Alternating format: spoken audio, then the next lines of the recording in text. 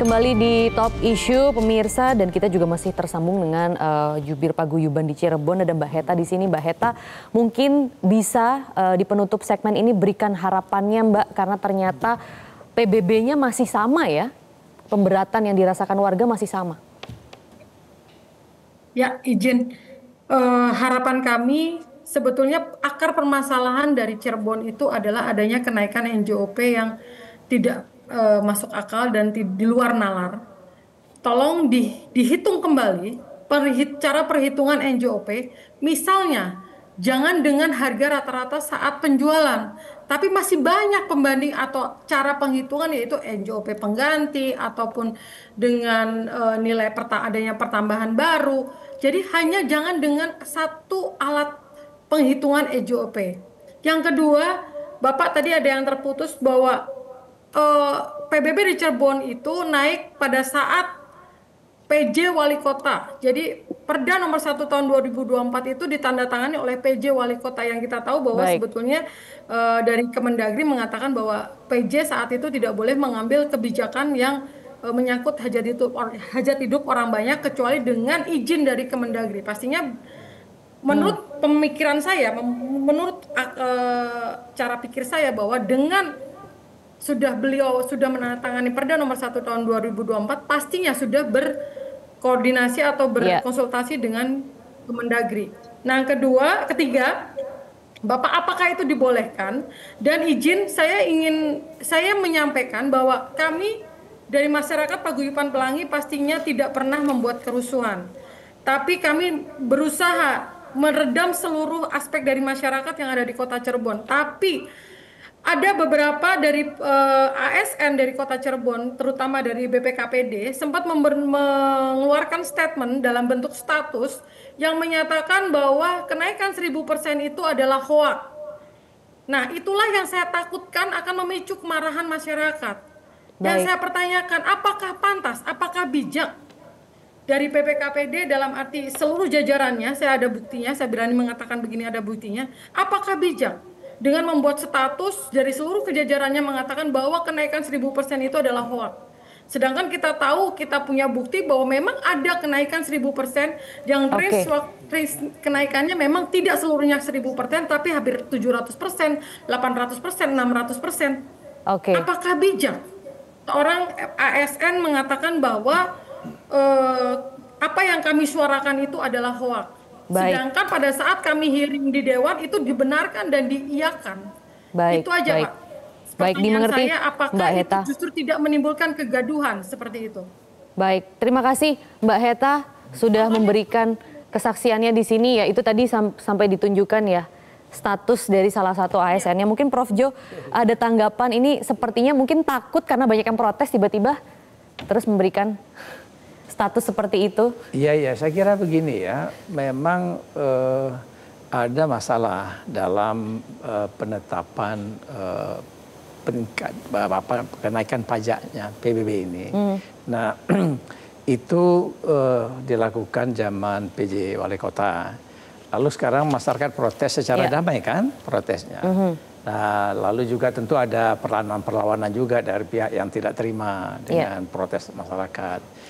Tinggal sekarang sih yang paling kunci bukan hal-hal yang tidak menyelesaikan persoalan.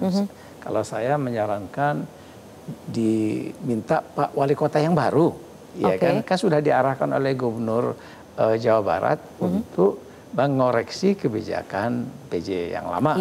Bahkan nah, tinggal sekarang terbitkan saja perkada revisi. Nah, dengan begitu urusan selesai. Nah, ini pelajaran ke depan, jangan lagi menaikkan PBB sampai ratusan persen itu. Ya, berkali-kali lipat. Nah, juga yang penting satu kali lagi, pembinaan dan pengawasan nih. Ya, jangan lemah. Jadi jangan tiba-tiba sudah terjadi persoalan baru ribut heboh seperti sekarang. Iya, melakukan kontrol. Jadi kontrol itu harus lebih awal. Jadi saran saya berarti kontrol Kemendagri ya maksudnya ya ini. Ya, pemerintah harus proaktif mengikuti perkembangan ini dan bukan tidak mungkin di tahun 2026 hal ini akan muncul lagi. Baik, baik. Mungkin tapi terakhir Prof Jo singkat saja, gubernur ini bisa tidak sih menyuruh bupati wali kota untuk menggratiskan PBB? Oh itu kan imbauan, ajakan, seruan. Oke. Kalau kewenangan kan kembali ke bupati, ke wali kota. Oke, dimengerti Prof. Nah, jadi kalau dia ngimbau bupati wali kotanya kan mungkin karena wibawa Pak Gubernur, ya udahlah kita ikutin. Oke, apalagi baik. motivasinya bagus, ulang tahun 80 tahun RI dan ulang tahun Provinsi Jawa Barat. Oke, baik. Tapi implementasinya itu ya, Mas Umam bagaimana? Ya, secara general kita harus memaknai bahwa pajak daerah itu sebagai sebuah instrumen pembangunan lokal yang basisnya partisipatif, kemudian juga harus ada transparansi dan akuntabilitas, bukan sebagai wajah atau ajang eksploitasi masyarakat lokal. Nah, oleh karena itu apa yang dilakukan oleh beberapa pihak dalam konteks ini, pemerintah daerah harus segera kemudian dievaluasi dengan baik. Dan tadi yang disampaikan oleh Prof Jo saya pikir sangat relevan. Kalau misal memang tadi disampaikan Mbak Heta ya, itu diklaim sebagai hoax, ya segera saja kemudian kepala daerah untuk memfollow up itu secara cepat dengan mengeluarkan perkada sebagai misalnya evaluasi atas perkada sebelumnya. Nah, oleh karena itu kalau misal ini bisa dilakukan, semua harus didialogkan dengan optimal supaya kemudian tidak ada trust yang kemudian terdelegitimasi. Dan yang terpenting, kalaupun kemudian dinaikkan, itu harus ada takaran dan standar kepatutan, disosialisasikan. Dan yang terpenting, pasca dinaikkan, kemudian imbasnya apa kepada masyarakat. Kalau kita lihat ya, sisi-sisi sukses desentralisasi di luar negeri, let's say seperti di Cebu di Filipina, kemudian di Kerala di India, atau di beberapa daerah di Brazil, selalu ada basis instrumen perimbangan antara apa yang diberikan oleh masyarakat dan layanan publik apa yang diterima oleh masyarakat.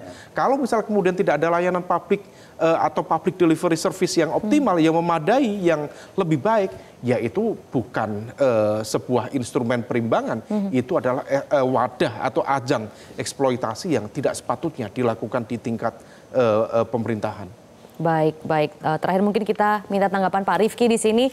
Pak Rifki, tadi kita juga sudah dengar bagaimana harapan dari salah satu paguyuban yang ada di Cirebon, Mbak Heta mewakili warga di sini. Mungkin apa Pak yang akan coba diterapkan oleh pemerintah pusat dalam hal ini untuk kembali bisa mengontrol pemerintah daerah mengenai PBB-nya?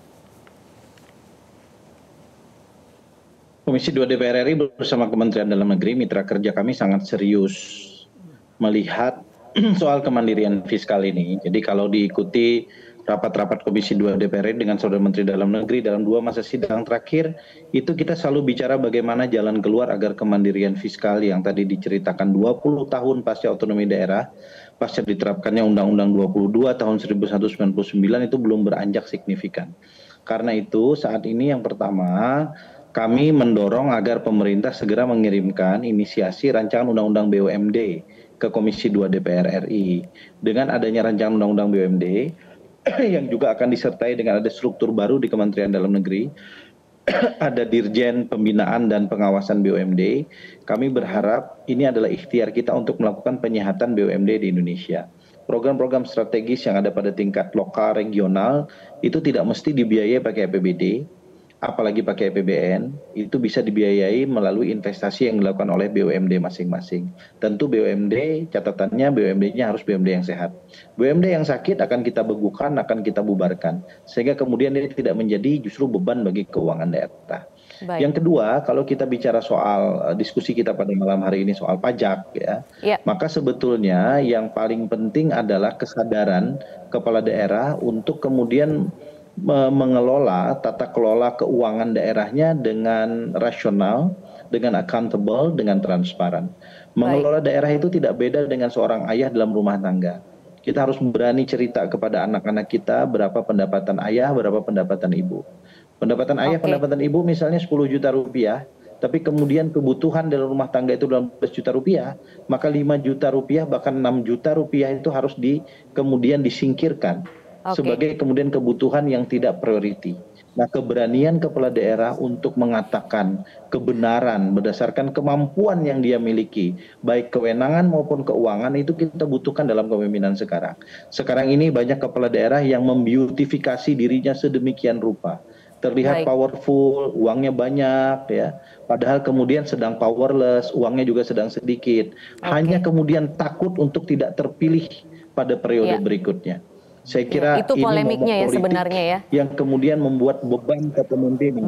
Membuat beban kepemimpinan itu menjadi ribet. Dan yang ketiga kita harus akui juga. Mungkin bisa lebih singkat, Pak Rifki. Pengawasan jangan semua dibebankan kepada pusat. Kita punya sebentar kita punya DPRD.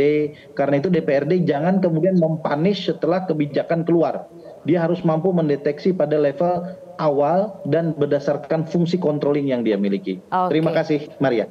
Controlling itu tadi ya. Baik, Managing Director Paramadina Public Policy Institute Ahmad Khairul Umam, kemudian Pakar Otonomi Daerah Jo Hermansyah Johan, dan juga tadi ada Ketua Komisi 2 DPR RI Muhammad Rifki Nizami, juru bicara Paguyuban Pelangi Cirebon Heta Mahendrati. Terima kasih atas informasi dan juga keterangannya bersama kami di Top Issue. Saya Maria Lizi Hasni. Terima kasih atas atensi dan kebersamaan Anda pemirsa. Selamat malam.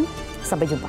Jelajahi cara baru mendapatkan informasi. Download Metro TV Extend sekarang.